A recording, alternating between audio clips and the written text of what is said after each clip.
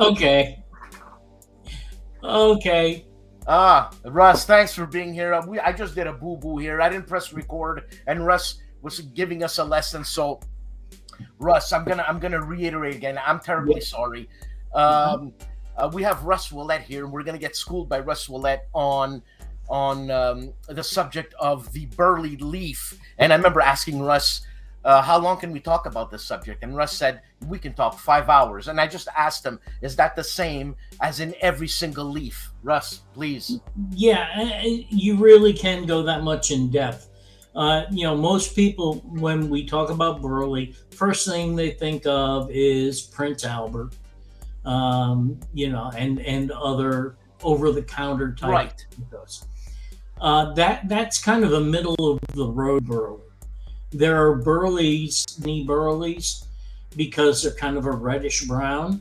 Now, is this because of the processing stage or the natural Burley stage? Processing is certainly part of it. How much you mature it, but also the particular type of leaf that you're growing, the location you're growing it in, and the microclimate. Right, the soil. Yep, all of that can change it. If you take some of these burleys and you ferment them, and you ferment them over time fairly heavily, then you wind up with dark burley. And dark burley is almost like cigar tobacco. So it's Now, very pronounced. yeah, if you want an example of it, I don't know about availability in Canada, but probably the best example of it is called Five Brothers. Okay. It comes in a pouch, and it's pretty much just straight dark burley and high nicotine content, earthy and very spicy. Spicy. Spicy, oh yeah, like cigar tobacco. You wouldn't think of burley as being spicy. You think of it as being smooth and nutty. And those are the lighter colored varieties that aren't heavily fermented. But Now, sorry, go ahead. no, go no. Now, on the tobacco plant, is there just like in tea, there's one tea plant Yep. and everything comes from that one tea plant. Now, obviously, depending where it's grown, the soil, blah, blah, blah. Is there only one tobacco plant? Um, not not in the same way. Okay. Um, because taking that one plant or that one seed and planting it in a different area in 3, 4, 5 generations, you've got a completely different plant. Virginia and Burley are not the same plant now. At one point, they kind of were, Oh, but so burley is not taken from, like, if you're growing a tobacco plant, are you just growing a burley tobacco plant, or are you the burley's at the bottom or in the middle or oh at the no no top? no no, Burley is its own plant, Ah, okay, all right. and I thought it was the different heights of the leaf itself. no, um, Burley is different in a number of ways than some of the other tobaccos. For example, Virginia is harvested using the priming method, which is what they do for cigars too. Okay. And that is that the lower leaves are removed from the plant first, and then you give it a little time, and then the next layers of leaves are removed. And then you keep doing this until the top 5 rows of leaves are left, and then you remove those. And then after, of course, removing them from the plant, everything goes to the barn to dry out and cure. Um, that's so that the milder leaves at the bottom get removed, more sun and nutrients get to what's The in the top middle, leaves, yeah. and then they're removed, and then all of the nutrients and sun are affecting the leaves at the top of the plant. So you're talking Virginia here. That's what they do with Virginia. So when at the factory or with the blender, and they're going to make a Virginia-based blend, they're referring to cutter, which is the lower leaves, leaf, which is the center of the plant, and they're talking about tips, which are the leaves at the top. And like cigar leaf, it's milder at the bottom, a little bit stronger in the middle, and the strongest leaves are in the top. Not just in flavor, but in nicotine content too. Now, is the same process done with the burley plant? No, burley plants are stalk cut, so they So go out. it's the whole They shebang. chop the bottom of the stalk off, and the whole plant goes in, and then it's burley is an air cured tobacco. Okay. Virginia, for example, is flue cured. They put it in a barn that's heated. Okay. And dries out the moisture and helps to mature the tobacco. In the case of burley, they put it in open-sided barns, Right, I've seen that. so the air flows through, and Right. that's how it's dried. How long does it take to dry? It varies. It varies depending upon the temperature, how much wind there is, and what strain of burley you're growing. Some of them have thicker leaves, are going to take longer, but it's a matter of weeks generally. So the thicker leaves, Russ, are always at the bottom. Usually that's true, yeah. So, Yeah.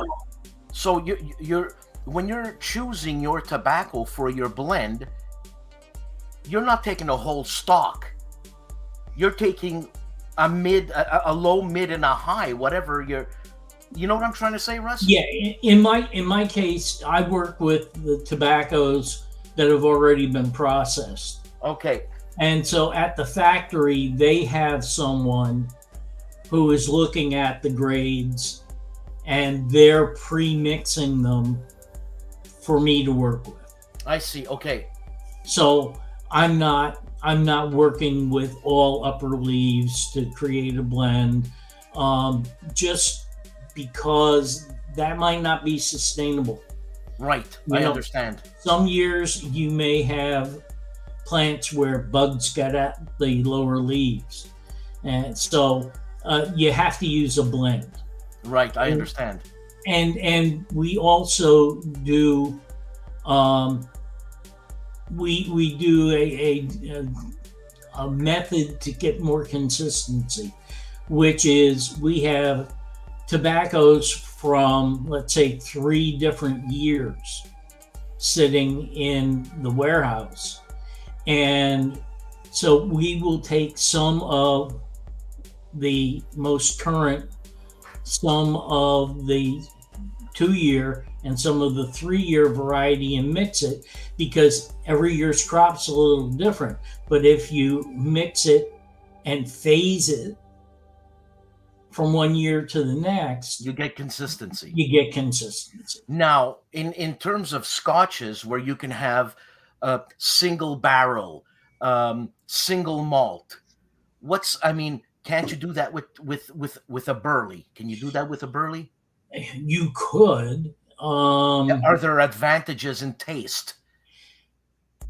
There may very well be, but that would be something for like an individual store. If they were working with a farmer and they could buy the leaf directly from the farmer, they could do that sort of thing. But when you're talking about doing it on a commercial basis and you're selling to thousands upon It's a whole thousands, different animal, eh? Yeah. you have to have more consistency. I understand. Now, the primary smell, the primary tin note, the leaf smell, Mhm. how would someone know, yes, this is a burley? Unless, well, the problem is that burley accepts flavorings really well. And so for that reason, burley is used mostly in aromatic blends, in which case you can't tell because the flavoring is covering it up. Has been But heavily if taught, it, yeah. yeah, if it's not heavily flavored, a lighter burley is going to have an aroma sort of like walnuts Okay. or pecan, and that comes through in the flavor. A lighter burley, that's how I would describe smoking the tobacco, is nutty, but specifically like pecan and walnut, where there's a little bit of sourness. Okay, I was gonna say not very much sweetness, right? No, no, burley is high in oil and low in sugar. One of the reasons why beginner smokers are generally better off with burley blends is because they're looking for this big cloud of smoke, and the thickness of the smoke is determined by the oil content of the tobacco. Cigars are high in oil, and burley is high in oil. So you don't have to puff hard or puff fast to get a nice thick cloud of smoke. And so if they get that from a burley, they're less likely to smoke too hard, smoke too fast. And then as time goes on, your technique gets better and you can move on to other types of tobacco and be satisfied. Now, is a burley a filler tobacco also? Kind of. The lighter versions are more neutral in flavor, so you could sort of use them to mellow out a blend. You know, if you've come up with a blend and you think the flavor's a little too assertive, you could add a little white burley to it to soften it. But the darker burleys will add a very bold flavor.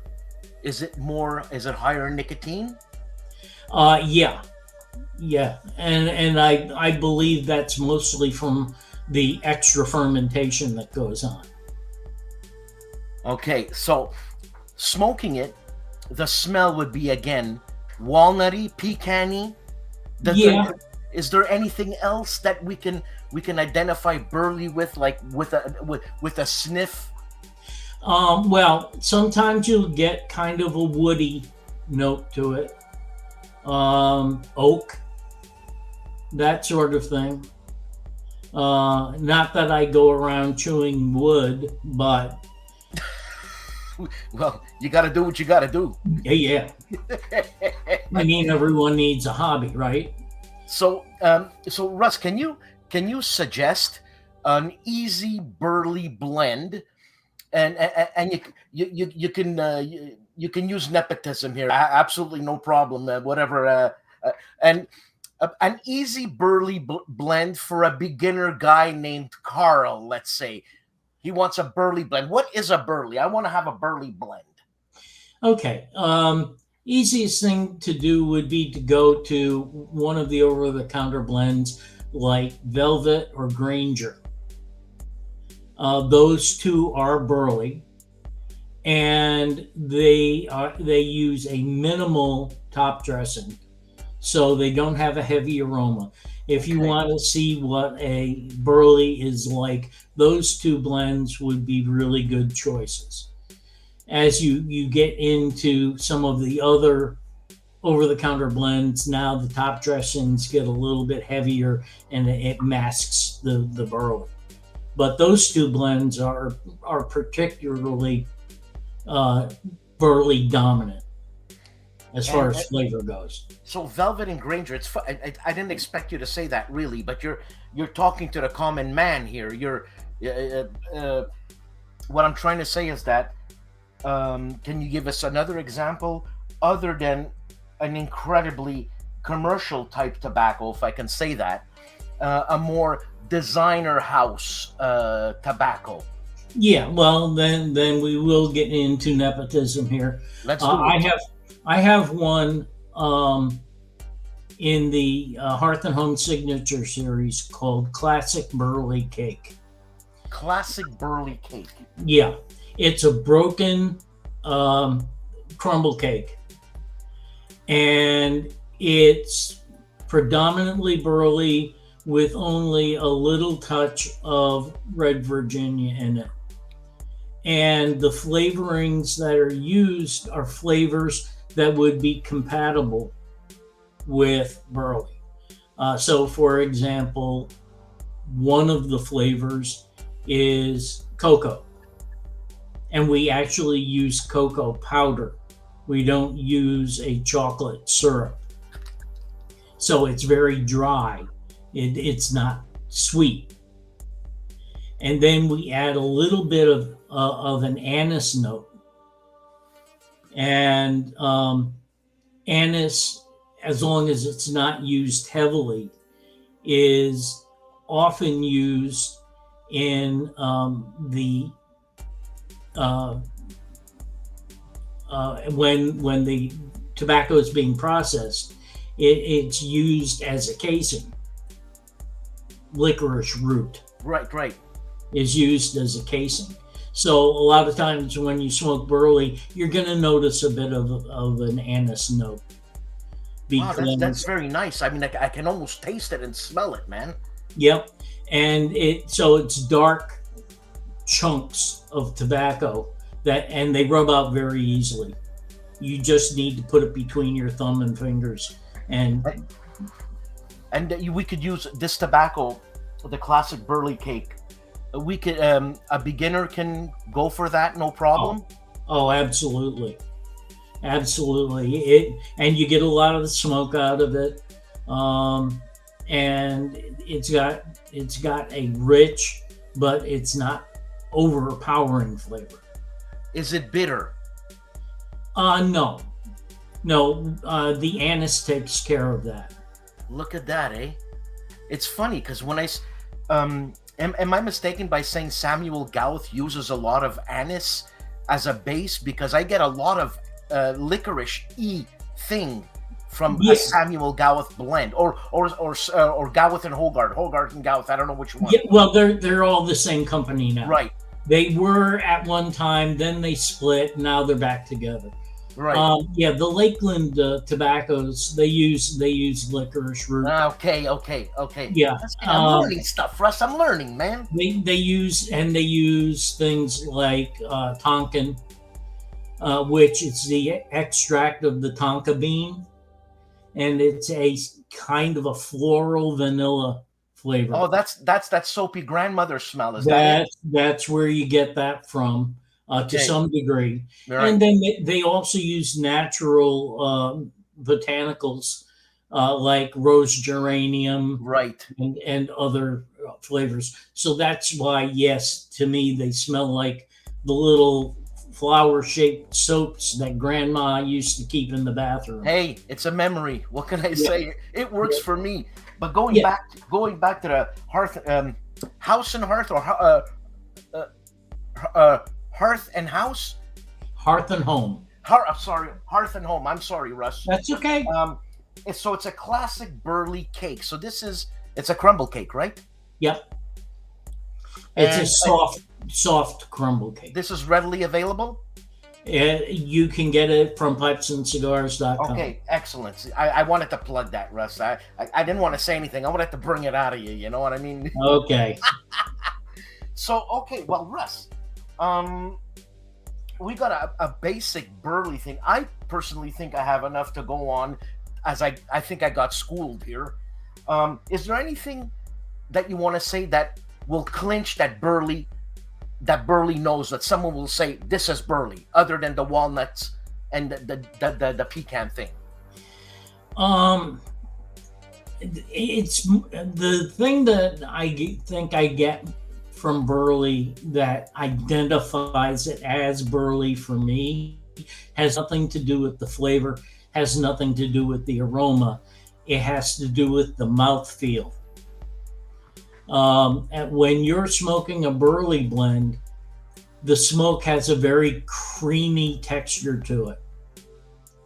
It's almost a comment I made to someone one time that helped them understand what I was saying is the smoke is almost chewy. It's thick, it's a little oily, and so you can really feel it on your palate and on your tongue. And, when you smoke Virginia, it's kind of astringent. The smoke is very thin, and it's almost an acidic type of note in your mouth. And your palate feels a little more dry when you smoke it. But when you smoke a burley, you don't get that. You get this creaminess. And that's why burley is used in so many products, not just pipe tobacco. It's in cigarettes. It's used in some cigars, believe it or not. Not too far from us is the Perotti factory up in Scranton, Pennsylvania. Oh, no way. Yeah. And Perotti and DeNobili cigars come out of there, and they use burley, dark burley, and they use dark fired Kentucky, which is really a form of burley too. I thought Perotti was Italian. Well, maybe the people that founded it were, but it's an American company. Well, now I have to backtrack on that. It was recently bought by an Italian company. Again, I see. Okay. It's funny. Perotti, like the Toscanellos or Toscanis. Yeah, those are very rich smokes, man. Yeah, I understand. They're both. Burley is used in cigars, cigarettes. It's used in chewing tobacco, heavily in chewing tobacco.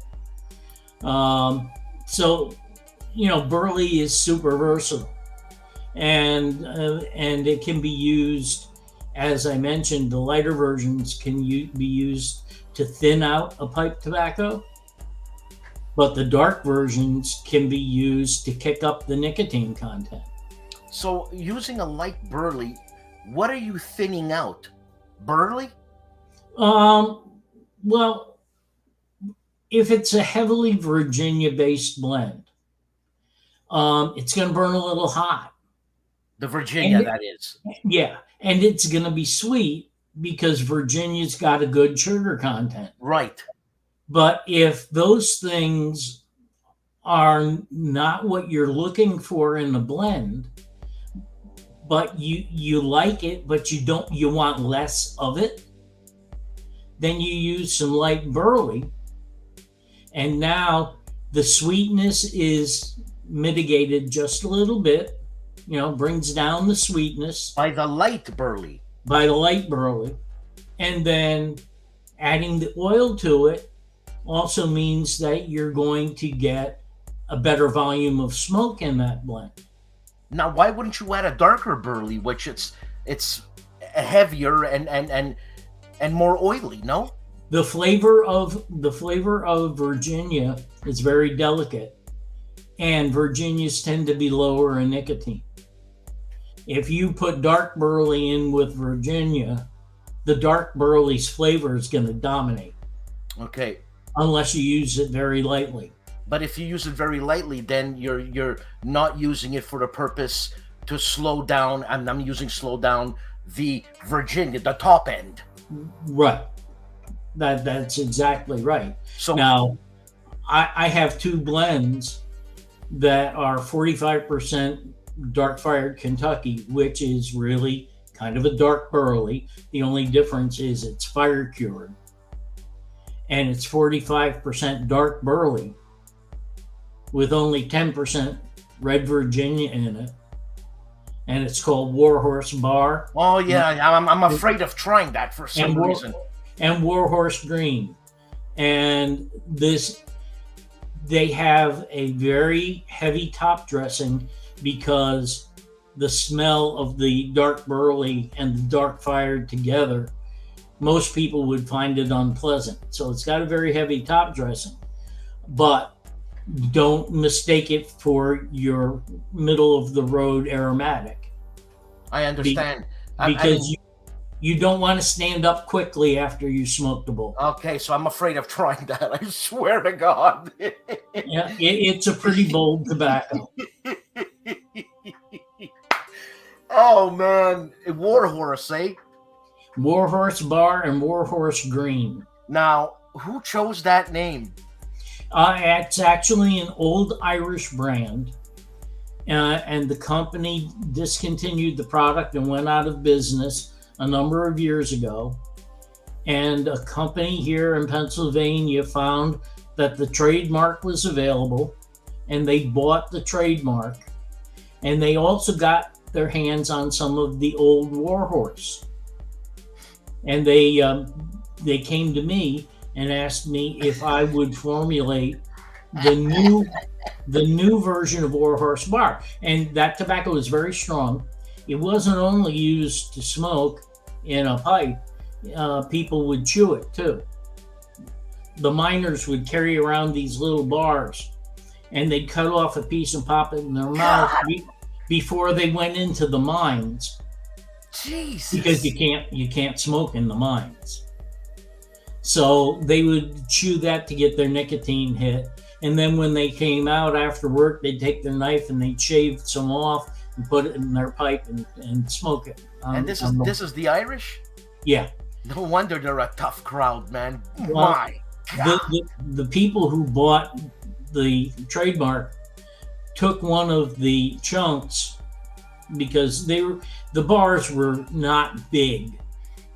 And they took one of the chunks and they sent it to Israel to a lab that will do chemical analysis. Mm-hmm.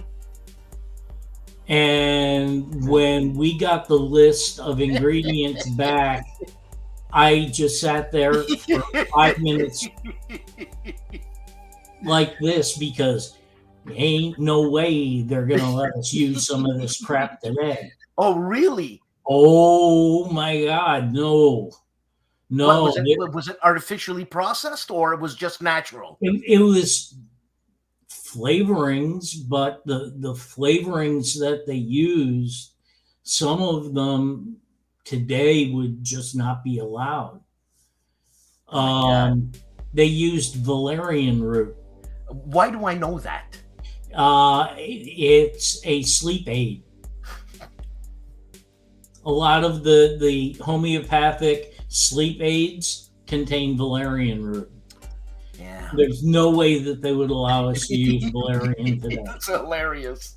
But we found an extract that contained none of the active ingredients that smelled like valerian, so we used that. Wow. There's a German company that does stuff like that. They take harmful ingredients out that leaves the flavor and or the aroma behind. Okay. They did that with Tonkin. Tonkin has coumarin in it, which is a blood thinner. I didn't know that. Yeah. So in anything that we have that's flavored like Tonkin or like deer tongue, we use this Tonkin replacement because it has the same flavor and aroma, but there's no coumarin in it. And so what about deer tongue? Deer tongue, same thing. It Contains coumarin. The reason they smell so similar is because they contain the same thing. And it's a blood thinner.